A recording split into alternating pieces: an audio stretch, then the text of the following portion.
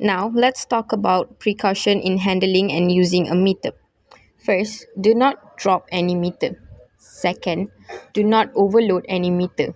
When in doubt, use a high range that you will not be overloaded. You can always switch to a lower range if necessary. Lastly, do not tamper with precision instruments.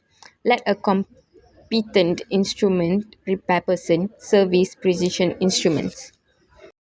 First, change the knob to TCV range, and then let's take a red and black probe to calibrate our multimeter to check the correct scale and change the needle to the correct DCV ohm. Secondly, build a series circuit. Connect the wire to the power supplies into positive and negative input.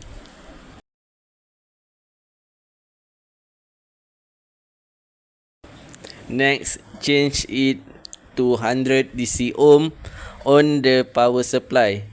Take the red and black probe, insert into the positive and negative input. Then adjust the voltage to 10 volt.